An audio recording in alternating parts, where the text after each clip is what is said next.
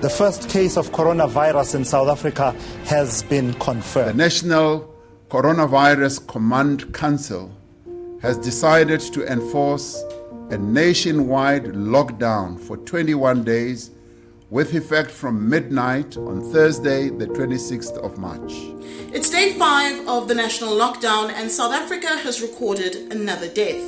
This puts the total number of fatalities from the virus at 5. Just a short while ago, the Health Minister, Dr. Zweli announced the number of COVID-19 cases in the country has risen to 709. That's an increase from yesterday's 554. Welcome back. South Africa recorded 3,105 new COVID-19 cases in the 24 hours to Friday evening, adding to worries about infection trends ahead of the December holidays. There are more travel restrictions on South Africa than any other country. That's according to the latest data from the International Air Transport Association.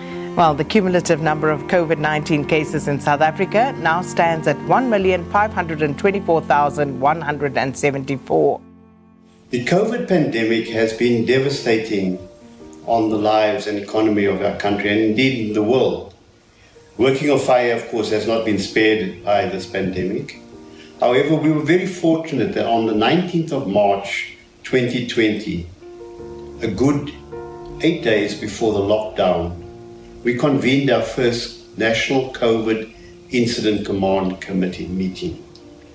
In these meetings, which we've held regularly throughout the pandemic, Working on Fire management has mapped out our strategy and our course of action as to how we could mitigate the impact of this pandemic. The National COVID IC developed and is continually updating the COVID protocols within WOF in accordance with our national direction from the government in terms of the emergency regulations. And these are the regulations and protocols that have seen the practice that we are now very familiar with WOF in terms of wearing our mask, sanitizing, social distance, as well as the protocols as to how to behave when we feel ill.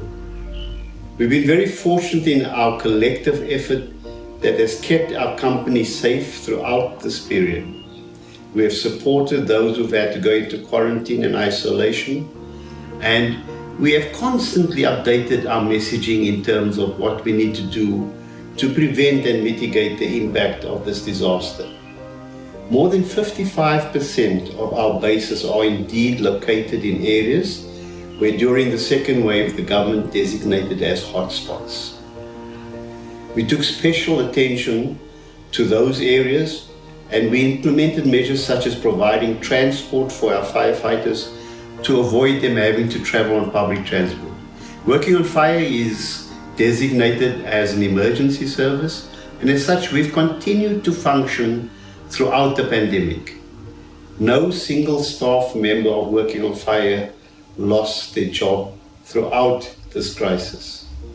And of course, as we face the future, uncertain as it is with both the vaccine, which is still coming our way, as well as the anticipated third wave, we continue to stress the need to remain vigilant, retain the key measures that we have in terms of avoiding infection, namely wearing a mask in public, keeping social distance, as well as sanitizing our environment. These are key lessons that have been learned over this year of the pandemic and which we will continue to implement. Working on Fire was very active from the onset in managing occupational health and safety risks posed by COVID-19. We developed and implemented comprehensive protocols and policies for the prevention of spread of COVID-19 at our workplaces. These policies and protocols, inclusive of awareness material, were and are continuously workshopped throughout the company. The OHS department, as a compliance team, is monitoring and enforcing compliance to the policies and protocols, and also reviewing them on a regular basis to ensure that they stay current and in line with the government COVID-19 protocols as amended from time to time.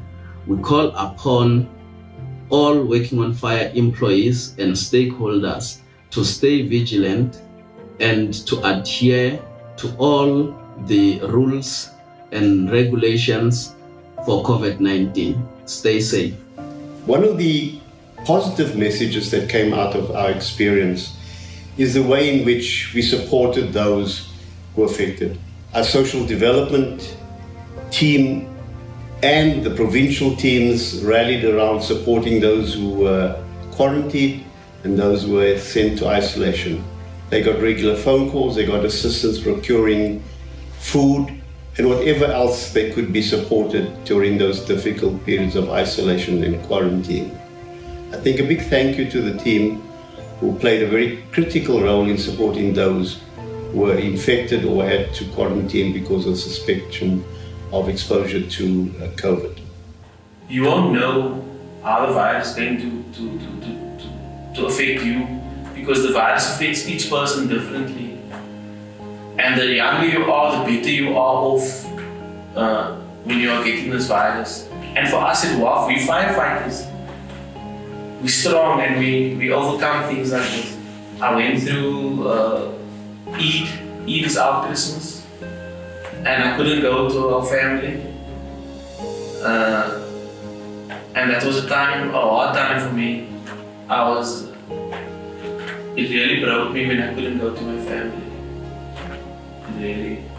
That was the hardest day. But I think my family really supported me, my work family, my family at home as well. And people video calling me, and then by 11 o'clock I was tired of the video calls and I felt so good. And I even had food delivered to my house. People started bringing food to the house, they put it by the gate. It really turned around for me. And it's all in the mind, I say, it's mind over matter. If I can get anything to it, if I can get the message out, it would be that stay positive, have a routine, and just be strong for yourself and for your family, your work family and your own family. Dealing with COVID-19 has been very interesting. It has been a journey for all of us. And being in social development, we had to look at the impact that COVID-19 had on individuals as well as in groups or even in communities.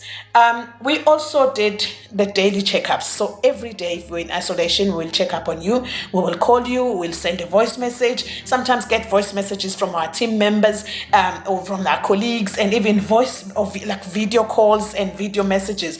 That was just to keep in touch, because being physically distant didn't mean we had to be socially distant. So we had to keep the social connections happening. We did a lot of activities with WOF kids, even during the lockdown, like hard lockdown, and we wanted to know what they were up to. We got videos of different activities that the children were doing.